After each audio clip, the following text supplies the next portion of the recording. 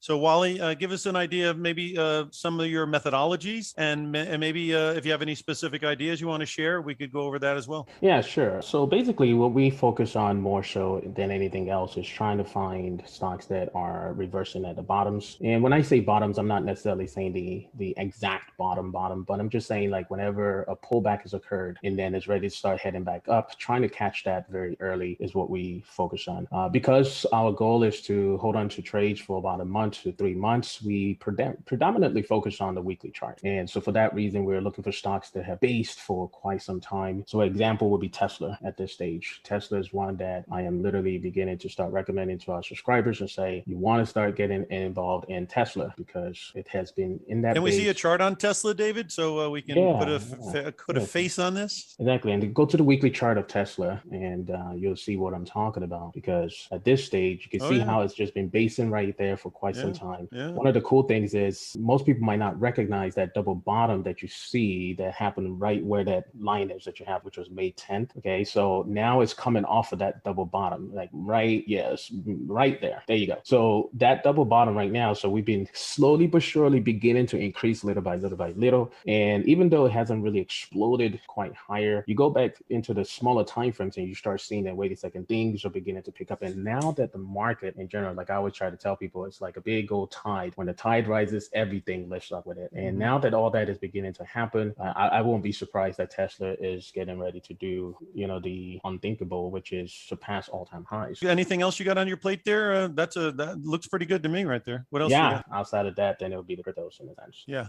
When you're doing the crypto, do you do GBTC and ETHE? Yeah. You want to throw those up, since some people might be interested in that? Because our belief is that the bottom's in July, and that viewpoint is looking very good every day. Looking really good. I am super excited about it. I mean, we've been talking about this for about 2-3 weeks now. Yeah. Like if you don't get into GBTC right now and ETHE, you are going to be regretting it in the future. That's just as simple as it gets. That 36 number was very big for GBTC to get above and hold, and it's doing that. It's doing that exactly. So and this one it was about 28 or so to stay above, pretty much. Exactly. And you could go back to that same chart that you had on ETH. If you can go back there, you'll see how, and even actually in GBTC as well. Notice that double bottom that we had again.